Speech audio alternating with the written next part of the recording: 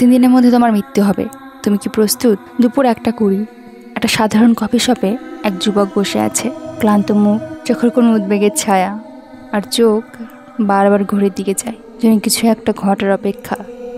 হঠাৎ বাতাস থমকে যায়, ঘরের কোনায় ছায়া জমে ওঠে, আর তারপর গর্জন। 3টি কালো ধোঁয়ায় মোড়ানো দৈত্য, তারা যেন নরকের দূত, ছুটে আসে সেই যুবকের দিকে। সে ছুটে পালায়, আতঙ্কে চিৎকারের রাস্তা ভরে ওঠে, কিন্তু সে দানবদের হাত থেকে কেউ পালাতে পারে না। ওরা ছেলেটিকে মাটিতে ফেলে, একের পর এক ঘুষি, আর তারপর তার শরীর আলোয় জ্বলে ওঠে, আর মুহূর্তের মধ্যে আগুনে পুরো ছাই হয়ে যায়। চারিদিকে শুধু স্তব্ধতা, আর মোবাইল ক্যামেরায় ধরা পড়া এক ভয়াবহ দৃশ্য। একজন মানুষ খোলা রাস্তায় নরকের শাস্তি পেল। হ্যালো বন্ধুরা, আজ আমি বলবো হেলবাউন্ডের গল্প, একটা সিরিজ যা দেখলে মনে হবে জাহান্নামের বিচার আসলেই শুরু হয়ে গেছে। আজকের গল্পে আমরা ঢুকে যাব এমন এক দুনিয়ায় যেখানে সময় ধরে চলে মৃত্যুর ঘড়ি। কেউ যদি বলে তোমার মৃত্যুর দিন, সময় আর স্থান ঠিক করা হয়ে গেছে, কি করবে তুমি? কিন্তু এই নরকযাত্রা কি সত্যিই পাপীদের জন্য, নাকি কারো হাতের মোহর মারা এক নির্মম খেলা? চলুন শুরু করা যাক হেলবাউন্ড।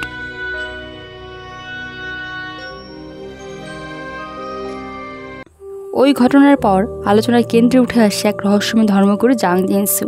তিনি বলেন, এটি ঈশ্বরের বিচার, পাপীদের জন্য পৃথিবীতে শুরু হয়েছে নরকের আগমনী। এই নিউট্রুথ ধর্ম বিশ্বাস করে যারা পাপ করেছে তাদের জন্য ডিক্রি নামে এক ভয়ঙ্কর ঘোষণাপত্র আসে। তারপর এক নির্দিষ্ট সময়ে সেই ঈশ্বরের দূতেরা তার বিচার করে, প্রকাশ্যে ভয়ঙ্করভাবে। কিন্তু জিনসুর মুখে কোনো দুঃখ নেই ভয়, বরং তিনি বলেন এই পৃথিবীকে পবিত্র করতে হলে ঈশ্বরকে ভয় পেতে হবে। জিনসুর কথার মধ্যে একটা মাধুর্য ছিল যেটা সহজে যে কাউকে বেঁধে ফেলতে পারত। আর আমরা পরিচিত হয় এবার ডিটেকটিভ জিনের সঙ্গে, একটি দুঃখে মরানো মানুষ যার স্ত্রী কিছু বছর আগেই খুন হয়েছে, আর তারপর থেকে তার মেয়ের সঙ্গে তার সম্পর্ক নষ্ট হয়ে যায়। জিন এই মৃত্যুর তদন্ত শুরু করে, আর তার পার্টনার তাকে জিজ্ঞেস করে এটি কি সত্যি ঈশ্বরের কাজ নাকি কোনো মানুষের নির্মম কৌশল। জিন বলে তার কাজ খুনিকে ধরা, সে ঈশ্বরই হোক বা মানুষ। কিছু সূত্রে জিন চেয়ারম্যানের সঙ্গে কথা বলে, যার কথার প্রভাব এমন যে প্রত্যেকটা মানুষের মনে গেঁথে যায়। সমাজের মানুষও তাকে অনেক সম্মান করে। চেয়ারম্যান জিনকে জানায় সে 10 বছর আগে প্রথমবারের মতো ডিগ্রি দেখেছিল, যখন তিনি অনাথ আশ্রম ছেড়ে নিজের জীবনের উদ্দেশ্য খুঁজতে বেরিয়েছিল। আসলে চেয়ারম্যান ছিলেন অনাথ, তারপর থেকে তিনি মানুষকে ঈশ্বরের শাস্তির ব্যাপারে সাবধান করে আসছেন। অন্যদিকে দেখা যায় এক চরমপন্থী গোষ্ঠী অ্যারোহেড, তারা মুখে রং করে লাইভে ধর্ম প্রচার করে। যারা ঈশ্বরের বিচার মানে না তাদের হত্যা করতে এরা প্রস্তুত। তাদের নেতা চিৎকার করে বলে তোমরা যদি ঈশ্বরকে বিশ্বাস না করো তবে তোমরাও পাপী। এরা নিজেরা সবাই নিউট্রুথ গ্রুপের চেয়ারম্যান জিনসুয়ের ফ্যান ছিল। এরা সমাজ উন্মাদনা ছড়ায়, ভয় ছড়ায়, যার ফলে মানুষ প্রশ্ন করতে ভয় পায়। একজন রাইটার এই ডিগ্রির ব্যাপারে ভিন্নমত প্রকাশ করায় অ্যারোহেডের মেম্বাররা তাকে মারধর করে।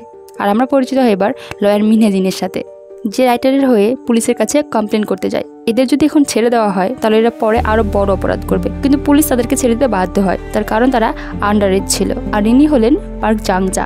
সে 2 সন্তানের মা, একজন সাধারণ মহিলা, একজন সিঙ্গেল মাদার। রোজকার মতো কাজ সেরে তিনি বাড়ি ফিরছিলেন, আর আজ তার জন্মদিন। তার বাচ্চারা তাকে জন্মদিনের সারপ্রাইজ দেয়, আর এমন সময় হঠাৎ তার সামনে এক দূত হাজির হয়, এক উজ্জ্বল আলোর শরীর, ভেসে মারানো ভয়ঙ্কর এক সত্তা, যে বলে তুমি নরকে যাবে 5 দিন পর বিকেল 3টেয়। সে হতবাক, আমি কি অপরাধ করলাম? কিন্তু কোনো উত্তর নেই। সে বুঝতে পারে না তার কি করা উচিত। আর এই ঘোষণার ভিডিও ছড়িয়ে পড়ে সোশ্যাল মিডিয়ায়, যা সমাজে ভীষণ আলোড়ন তৈরি করে। পার্ক জাংজা মিনেজিনের অফিসে আসে। সে মিনেজিনকে বলে ডিগ্রি পাওয়ার পর সে প্রথমে নিউট্রুথের কাছে গেছিল, তারা যদি কোনো বাচ্চাটা বলে দিতে পারে সেই জন্য। কিন্তু চেয়ারম্যান বলেছে ডিগ্রি থামানোর কোনো উপায় নেই। উল্টে তিনি বলেন টাকার বদলে তিনি তার ডেমনস্ট্রেশনের ভিডিও লাইভ করতে চায়। আর জাংজা নিজের বাচ্চাদের ভবিষ্যতের কথা ভেবে রাজি হয়ে যায়।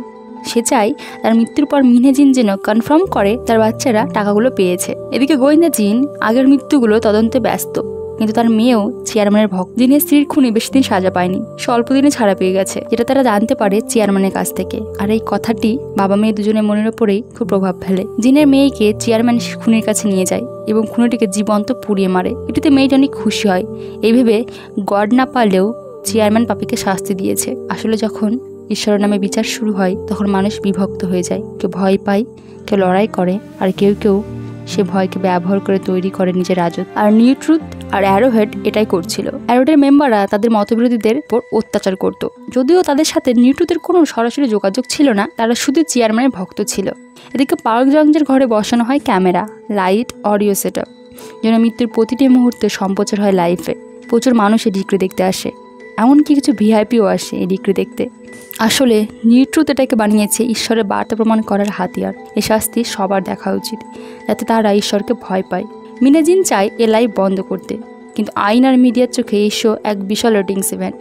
সে বুঝে যায় এখনকার সমাজ ভয়ের উপর নির্ভর করে চেয়ারম্যানের নিয়ন্ত্রণে চলে গেছে। অ্যাডহোটের মেম্বাররা শুধু পাপীদের নয়, বরং তাদের ফ্যামিলিকেও শেষ করে দেওয়ার প্রচার চালায়। মিনাজিন পার্ক জংজের বাচ্চাদের সবার থেকে লুকিয়ে বিদেশে পাঠিয়ে দেয়, কারণ তাদের আইডেন্টিটি লিক হয়ে যায়, যার ফলে তাদের খুনের হুমকি আসে। আর এরপর শুরু হয় ডেমনস্ট্রেশন। কিন্তু ভয়াল দানব ভেঙে পড়ে ঘরে, কাঁচ ভাঙে, ক্যামেরা কাঁপে, মানুষের চিৎকার, আর সবার চোখের সামনে তাকে ছিঁড়ে পুড়িয়ে নিয়ে যায় নরকে।